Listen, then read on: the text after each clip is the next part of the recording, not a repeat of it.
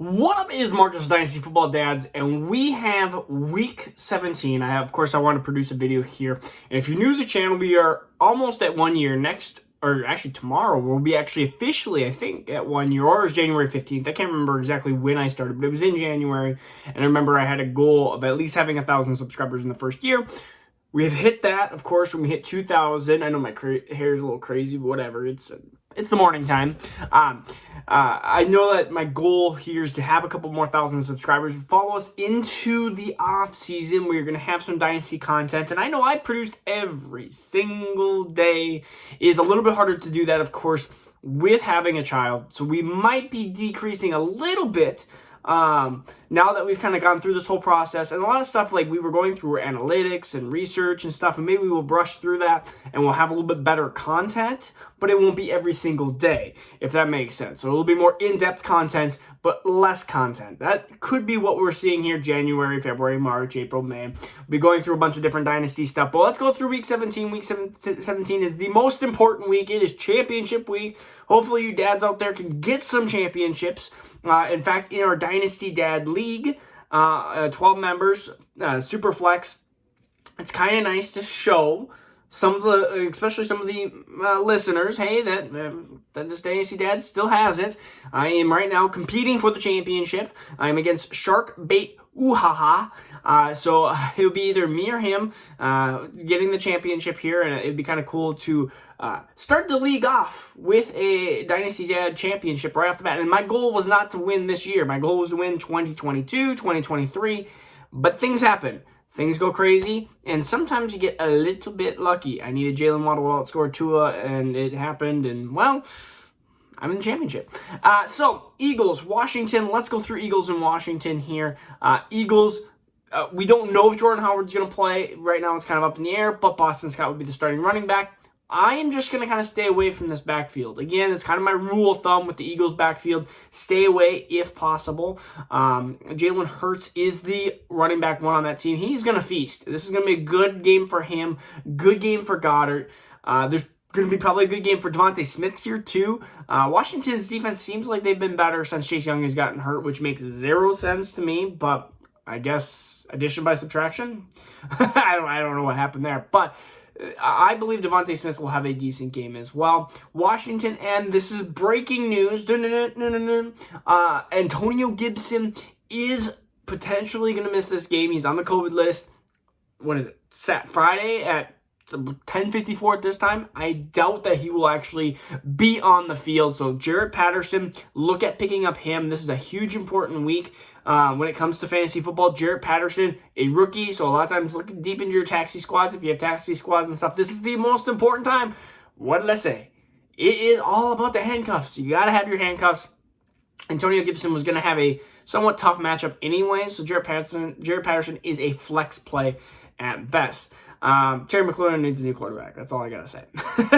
That's all I gotta say. And start them at your own risk. Ravens. Ravens have just been a pile of poop in the cornerback field. And so Rams, if you're starting Kupp, man, Kupp is gonna feast on championship weekend. I am predicting 10 for 150, and can I say 1.5 touchdowns? I'll say 1 touchdown. I'll say Odell gets the other touchdown. But this is going to be start all your passing Rams players. I think Sony Michel is going to have an okay game, but he's not going to run like he did against the Vikings. The Ravens are a little bit more stout against the rush than they are against the passing. I mean, look at what Joe Burrow did to them in 2 games. It's incredible. Ravens. Lamar does not look. I don't think he's going to play. You look at him and he does not look healthy. I am not starting him even if he is playing, because it could easily be the matchup. Like, Lamar has the ability to, yes, score you a winning week, but he also has a chance to not play the full game and give you a losing week. Give you 4 points, give you 5 points, play a couple plays and realize his ankle's not doing right. So you are starting Mark Andrews because he seems to love every quarterback besides Lamar. I mean, well, Lamar, and then every other quarterback seems to just produce with Mark Andrews, and that's it. That's all I'm starting. No Bateman, no Marquise Brown at this point, not unless I'm super desperate, but that's what I'm doing. Bucks, Jets. This is another week where I am, again, kind of scared of Tom Brady. And what I mean by I'm scared of Tom Brady, I'm scared that he is not going to produce to the level that you want him to. It could easily be a Dallas versus Giants where they just score enough points in the first half where it doesn't matter. But it could also be the second half of the game where it's like, well, Dak gets benched, or it could be Tom Brady gets benched because they're up by so much. You get a defensive touchdown. You get maybe a couple field goals or a rushing touchdown by Ronald Jones, Keyshawn Vaughn. We saw this literally last week. We knew the worry was potentially about this, and so that is why I am putting caution. But you almost have to start Tom Brady against the Jets' lonely defense. Just know it might not be as good as it seems. For wide receivers, well, first of all, you're starting Gronk, you're starting Ronald Jones.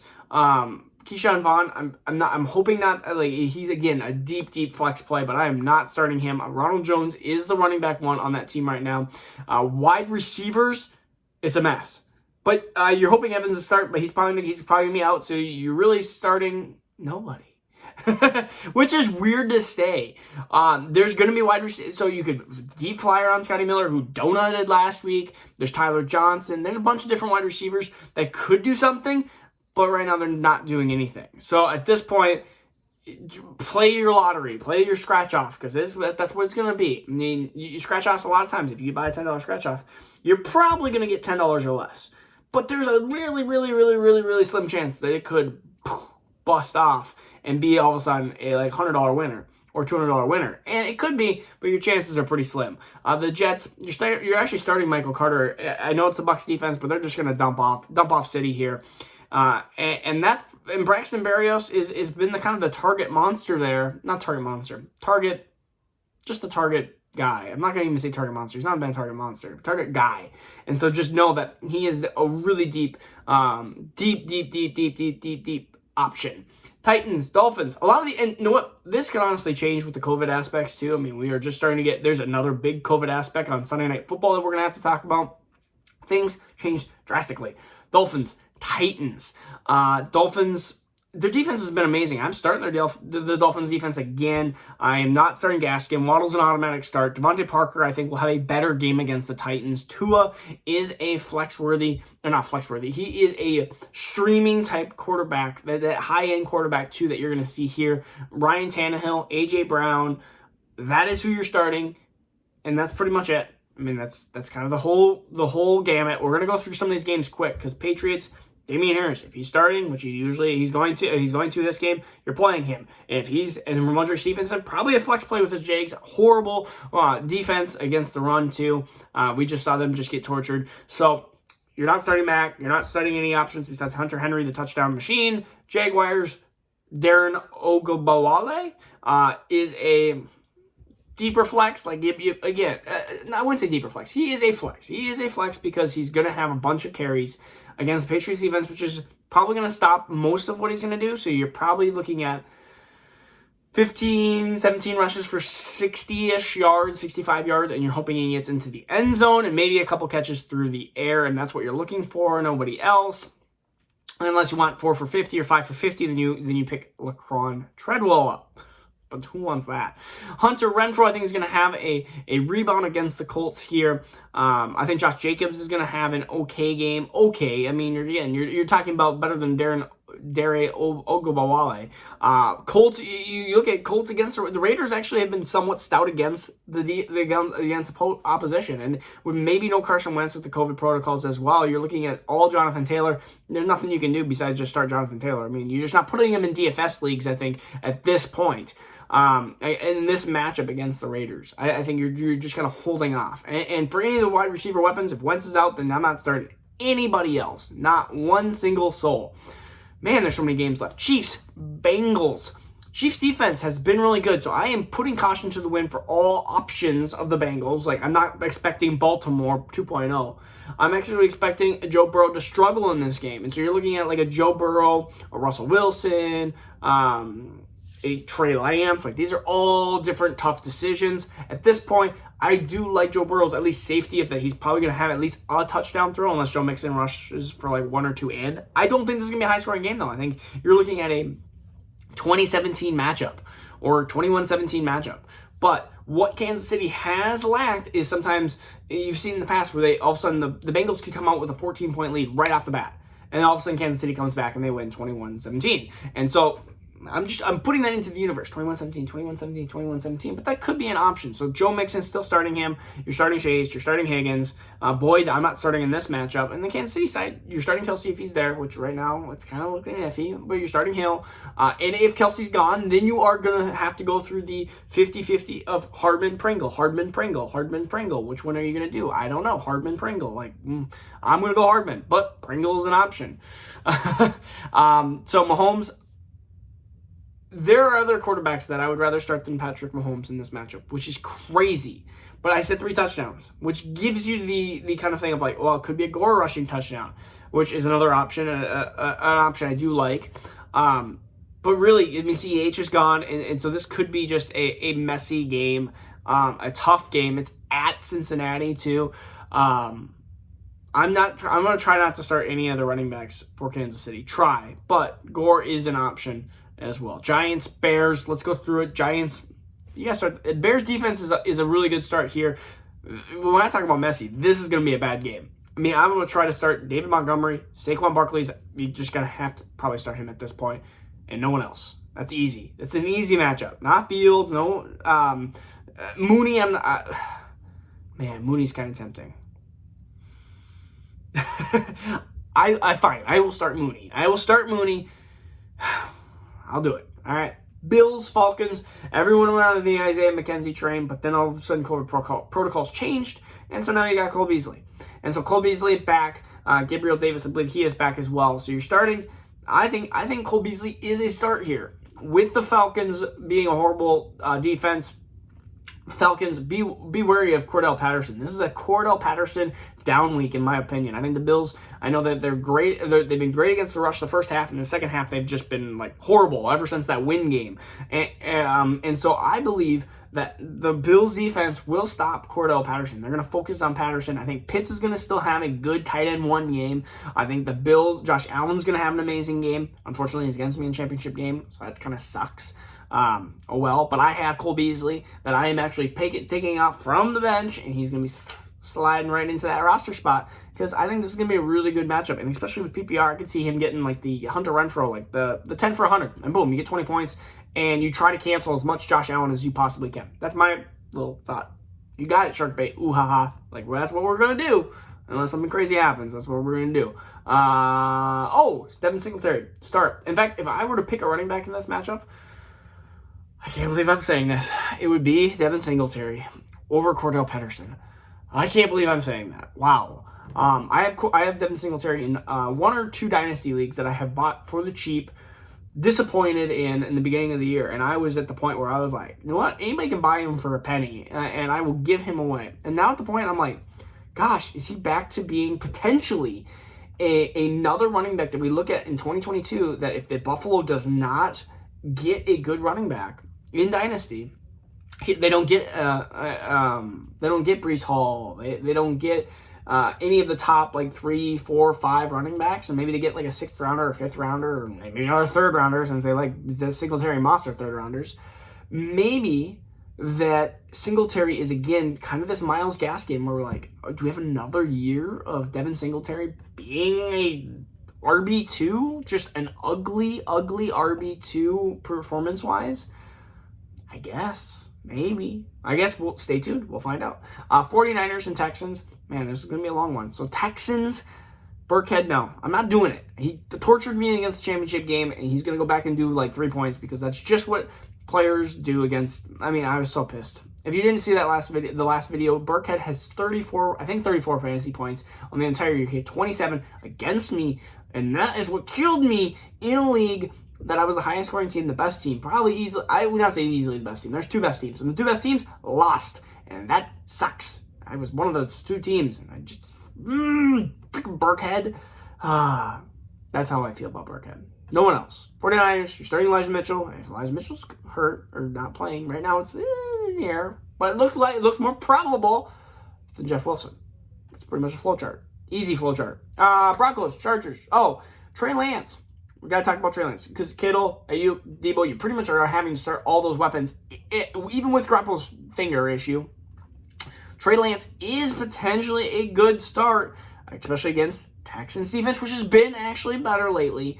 So it is something to note and kind of realize that, hey, Trey Lance, if he's on the waiver wire, especially in redraft, pick him up. This is a very important time. Just at least so your opponent doesn't have that option, because he could be a week winning week, and it could be a running week. And if he does play Trey Lance, then I will put I would temper my temptations.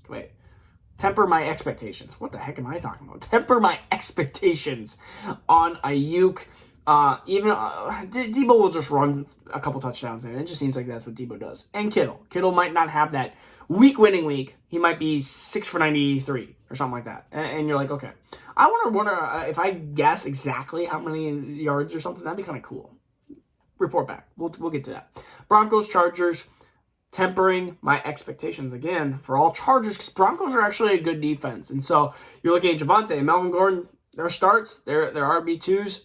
They just kind of split the carries, I'm not starting any Denver wide receiver options. Oh, by the way, Chargers defense absolutely sucks. Thank you, Burkhead. Once again, Burkhead. So Denver, both of the running backs against Chargers. Stupid defense. That's how I feel. But Chargers, I am starting any of the Chargers options because you kind of have to at this point. Yes, I'm starting Keenan Allen, unless you have like a Keenan Allen versus DK Metcalf, and I'll start DK Metcalf. But Keenan Allen has just kind of been safe, no bib, no boom, but kind of safe. And you're starting Eckler, of course, and that's kind of what you're doing. And Mike Williams, if he's playing, you're probably starting him in the flex or close to. Saints, Kamara starting. Taysom Hill, cheating quarterback, basically. Not cheating, but he's a cheater as fantasy because he just rushes all the time. And so you're starting him against Carolina's defense, which is absolutely horrible. Panthers defense is not absolutely horrible. They're just not doing great. So I'm trying to think. Saints, that's pretty much it. Panthers, DJ Moore has been safe. You want 60, 70 yards and chance, like a 20% chance at a touchdown, DJ Moore's your guy. So DJ Moore. And that's about it. And so Lions, Seahawks. Man, we still got so many games to go.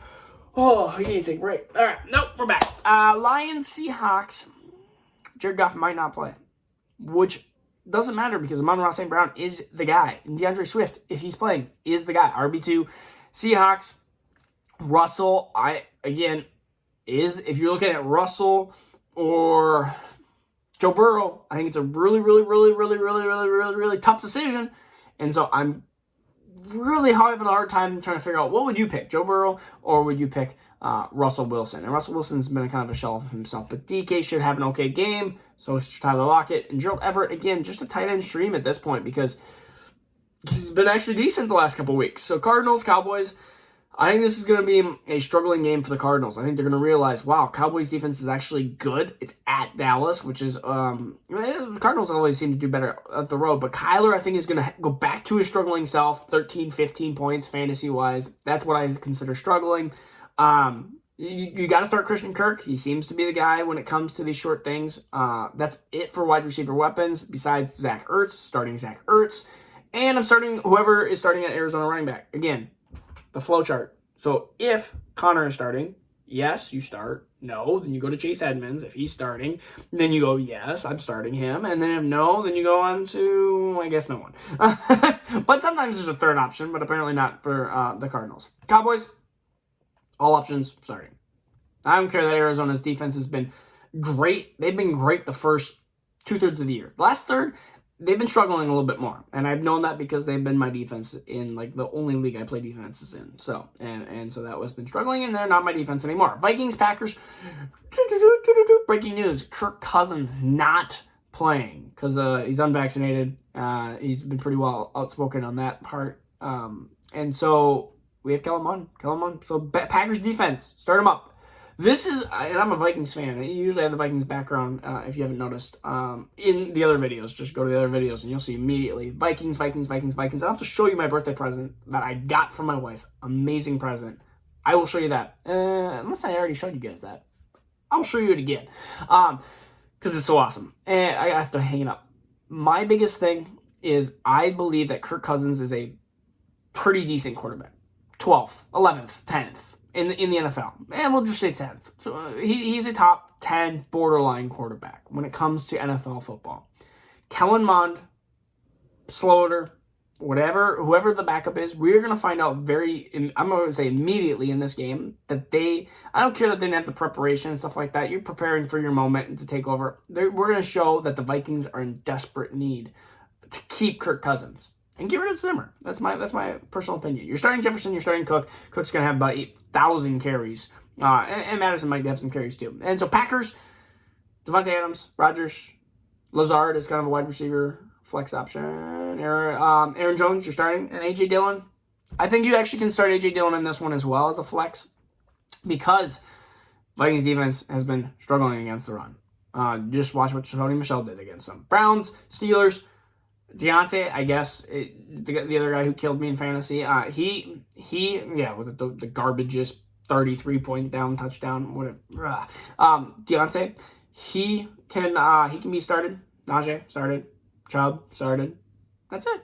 All right. So, again, I hope everyone has a wonderful new year. 2022 is going to be here. Hopefully, we'll have some good things. And if you guys have any ideas of how we could better the channel for your viewing pleasure, let us know.